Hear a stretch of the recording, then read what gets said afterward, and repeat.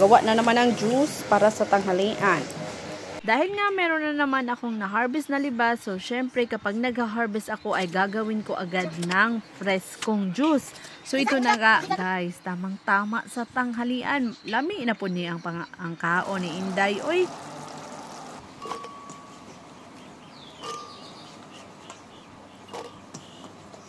Magkuan ka.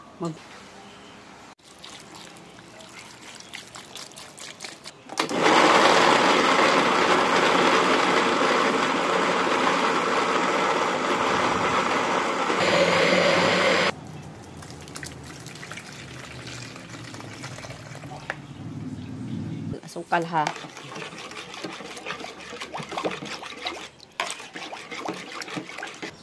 So, nakagawa ako dito ng madami. Tapos ice. So, ayan po guys. Yan. So, ayan naman. Ayan oh. Lami siya kaayo guys. Imagine. Fresh na galing sa bakuran.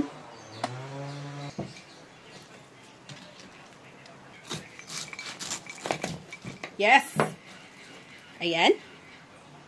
So, kakain po ako ng pinya. At nagluto din pala ako ng adobo. At dahil nga hindi ko talaga yan siya nilagay sa isip ko guys na gagawa ako ng video. Pero, ayan na nga, nakagawa pa din ng video. Dahil nga nung nag-ano ako na, gagawa na lang din ako ng libas juice with pineapple. Lami, good kayo na siya i-partner sa tanghalian. Uy, guys, ito din yung panghuling pineapple na nakuha ko sa likod bahay no, nagtakas food ko sa season niya na binigyan talaga ako ng prutas. So next year na naman talagang aabangan ko to guys kasi syempre nakaka-exciting kaya na yung mga prutas ba na galing sa likod bahay na itinanim mo siya last year, prutas na yung binigay after 1 year.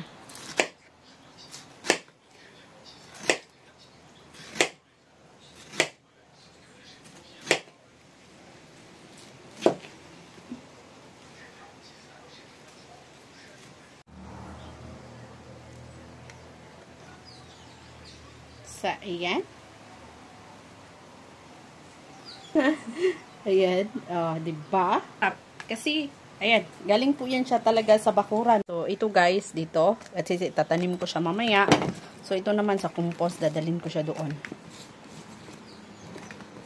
Lahat magagamit talaga.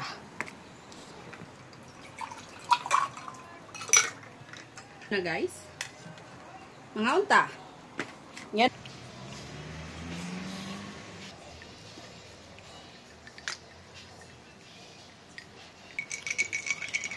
Fresh tayo. Yung nga unta. Yun lang guys. Maraming salamat sa panonood.